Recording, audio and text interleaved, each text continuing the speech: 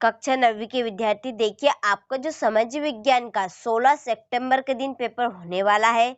देखिए उसका set paper A आ चुका है। मैं आपको पूरा सॉल्यूशन दूंगी इस पेपर का। देखिए इसके बाद हम सेट पेपर बी देखेंगे।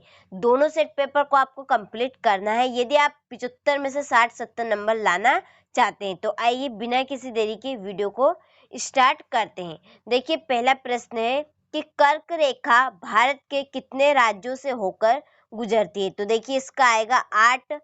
किस नदी को दक्षिण भारत की गंगा कहा जाता है। देखिए इसका आएगा गोदावरी। और किस देश की पार्लियामेंट को डचुमा कहा जाता था। देखिए इसका है रूस, यानी कि एकदम राइट है। देखिए इसके बाद है क्वेश्चन नंबर 4 कि प्रथम विश्व युद्ध में हुई सारी तबाही का जिम्मेदार किसे ठहराया गया। तो इटली को। देखिए पांचवा है कि लोकतंत्र जनता के लिए, जनता के द्वारा, जनता का शासन उपयुक्त कथन है। तो ये कथन किसने दिया था। तो ये दिया था अब्राहम ने। तो इसका एकदम राइट है। देखिए फिर है कि भारत में बेरोजगारी का सामान्य कारण है। भारत में जो बेरोजगारी है उसका कारण क्या है। तो उपयुक्त सभी कारण है। जनसंख्या, दोषपूर्ण मशीनीकरण। तो आप इन प्रश्नों का अच्छे से स्क्रीनशॉट लीजिए। देखिए अगला प्रश्न है हमारा कि रिक्त स्थानों की पूर्ति कीजिए। देखिए देखते हैं हम कि अरब सागर भारत के डेडेस दिशा में स्थित है। कौन सी दिशा में स्थित है। पश्चिमी। और बोलेस्विक क्रांति के फलस्वरूप रूस में डेडेस का जन्म हुआ। किसका जन्म हुआ। समाजवाद का। यहाँ पर समाजवाद आएगा।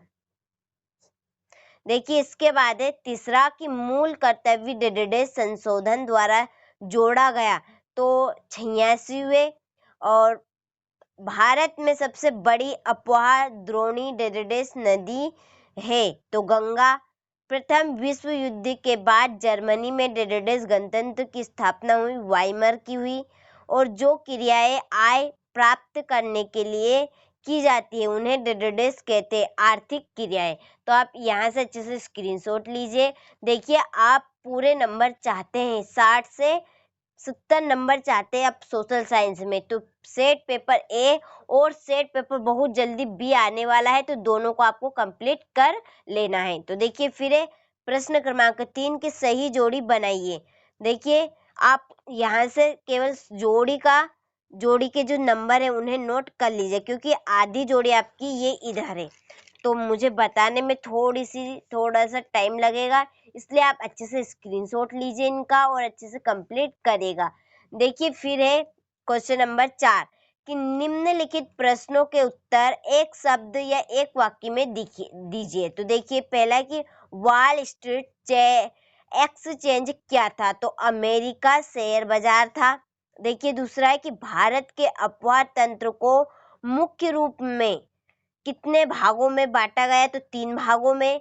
पर्ल हार्बर पर किसने हमला किया था। जापानी नौसेना ने किया था। और पृथ्वी के मध्य में 0 डिग्री अंशांश रेखा को किस नाम से जाना जाता है। तो भूमध्य रेखा। और इसके बाद देखिए प्रारूप कमेटी के अध्यक्ष थे भीमराव अंबेडकर। और छठवा है कि पालमपुर में खेतिहर श्रमिकों को कम वेतन क्यों मिलता था। तो ये आप अपनी नोटबुक में से कंप्लीट करिएगा। देखिए फिर हमारे सत्य और असत्य। तो देखिए कि बेरोजगारी से जनशक्ति संसाधन की बर्बादी होती है। तो देखिए इसका आएगा सत्य। प्रधानमंत्री ग्रामोदय योजना 1995 में आरंभ हुई। देखिए इसका है असत्य। और भारतीय संविधान की प्रस्तावना संविधान की आत्मा है। देखिए ये है सत्य। भारत संविधान बनाने में 2 वर्ष 11 महीने 8 दिन का समय लगा। तो सत्य बात है। और नवंबर 1918 में जर्मनी की पराजय के साथ प्रथम विश्व युद्ध का अंत हुआ। तो ये भी सत्य बात है। और स्वेज नगर का निर्माण 1800 69 ईस्वी में हुआ था, तो सत्य बात है।